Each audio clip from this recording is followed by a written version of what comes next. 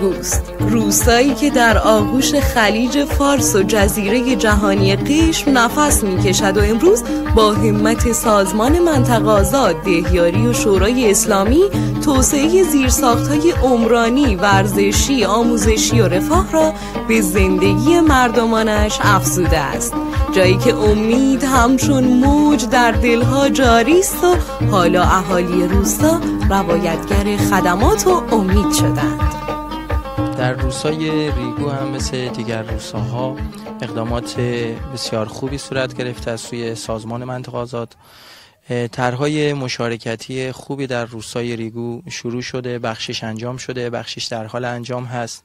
مثل همین پروژه‌ای که پشت سر بنده هستش، زمین ورزشی روستای ریگو که شبکه روشناییش توسط سازمان منطقه آزاد انجام شده و قرار انشالله طی تفاهمنامه جدیدی که روند انعقادش در حال انجام هست، انشالله مسئله‌ای که مطالبه جوانان هست، احداث سکوی تماشاگران و فنسکشی این زمین ورزشی که تنها زمین ورزشی روستای ریگو هست انشالله انجام بشه.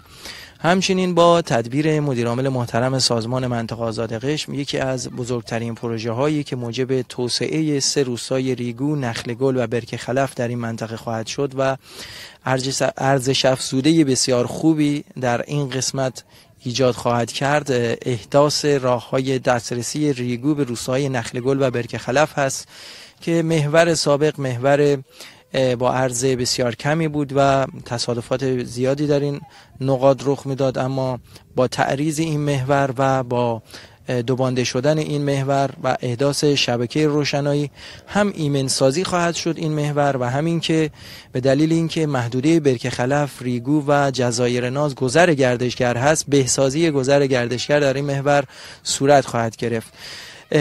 همچنین تفاهمنامه دیگری که از سوی سازمان منطقه آزاد قشم با روستای ریگو منعقد شده، تفاهمنامه احداث سایبان و زمین ورزشی دبستان آزادی که تنها مرکز آموزشی روستای ریگو هست، انشالله قرار احداث بشه. این مجموعه هم در حال حاضر بتون ریزیش انجام شده. مبحث احداث چمنش یعنی نصب چمنش و سایبانش، چمنش رو در حال استلام خریداش هستیم که انشالله صورت بگیره و این اقدام هم انجام بشه. اقدام دیگری که توسط سازمان منطقه آزاد در حال انجام هست، یکی از محله های بسیار قدیمی ریگو، محله قندیل که افراد کمتر برخوردار در اون نقطه سکونت دارند. محور این محله ما که طول مسیرش در واقع به 1 کیلومتر میرسه هم در حال انجام هست، شبکه روشناییش احداث شده، خاکریزی اون در حال انجام هست، مراحل پایانیش داره صورت میگیره، قرار جدول گذاری و آسفالتش هم توسط سازمان منطقه آزاد انجام بشه. دیگر پروژه هایی که در روستای ریگو در حال انجام هست، موزه مردم شناسی و کارگاه صنایع دستی روستای ریگو بود که در واقع ساختمان های قدیمی که در روستا وجود داشت، مدرسه قدیمی که در این روستا بود و بلا استفاده بود، ما اونجا رو بهسازی و ترمیمش کردیم با کمک منطقه آزاد. قرار در قالب یک تفاهمنامه جدیدی محوطه سازی و حصارکشی این قسمت از روستای ریگو هم انجام بشه. در کل میشه گفت که خدمات ارزنده‌ای که با همت سازمان منطقه آزاد و مشارکت جناب آقای دکتر پیغامی و معاونت‌های تحت امرشون در حال انجام هست، بالغ بر 40 میلیارد تومان تفاهمنامه این روستا داره که قرار هست انجام بشه. 29,000 متر آسفالت هم داریم که مراحل مناقصه‌اش انجام شده. در حال حاضر ما در حال اخذ اسناد مناقصه از پیمانکارانی هستیم که واجد الشرایط هستن و قراره در مناقصه شرکت کنن.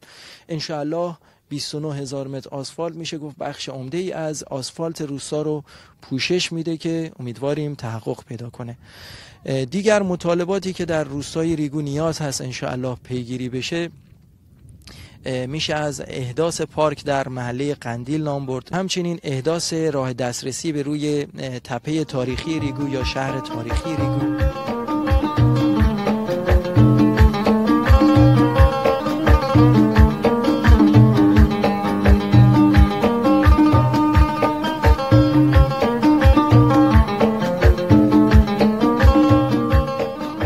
در محور برکه خلف به ریگو نخل گل کار میکنیم. پروژه تقریبا 5-6 ماه است استارت خورده. تقریبا 3 کیلومتر مسیر جاده عریض‌تر میشه و دوبان میشه. تأثیراتش برای رفاه مسافرین و مردم هست که میخوان اینجا تردد کنن. از سازمان منطقه آزاد که واقعا در پروژه‌های زیرسازی معابر روستایی کار میکنن، واقعا تقدیر تشکر به عمل میارن.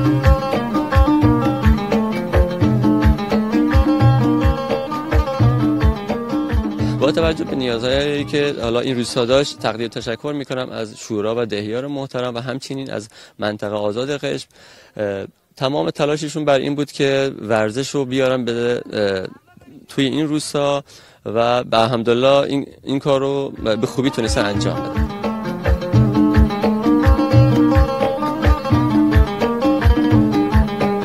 شب بود، یعنی اینجا نمیتونستیم بازی کنیم. نور شو آمده، الان دیگه خوبه. درخواستم دارم آبزر کن، دستشویی بدارم.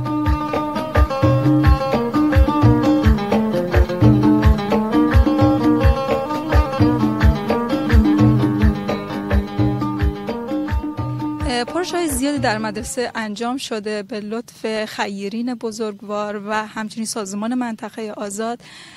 مدرسه ای که 3 کلاسه بوده الان تعداد کلاس ها به 6 کلاس رسیده و همچنین محوطه حیات مدرسه که خاکی بود به لطف خیرین بزرگوار بتون‌ریزی شده و الان قراره که از طرف سازمان منطقه آزاد قشم انشالله چمن مصنوعی بشه برای بچه‌ها و بچه‌ها بتونن در یک محیط ایمن بازی و فعالیت‌های ورزشی خودشون رو انجام بدن. یکی از چالش‌های ما اینه که با توجه به گرمای هوا بچه‌ها بخوان یه فعالیت جمعی رو انجام بدن یا صبحانه‌شون رو میل بکنن، خیلی چالش داریم. گرمای هوا یعنی به بچه‌ها این اجازه رو نمیده که بیان توی حیاط این فعالیت‌ها رو انجام بدن و ما فقط از قسمت‌های سایه‌های خیلی محدود مدرسه که کنار دیوارهاست داریم استفاده می‌کنیم.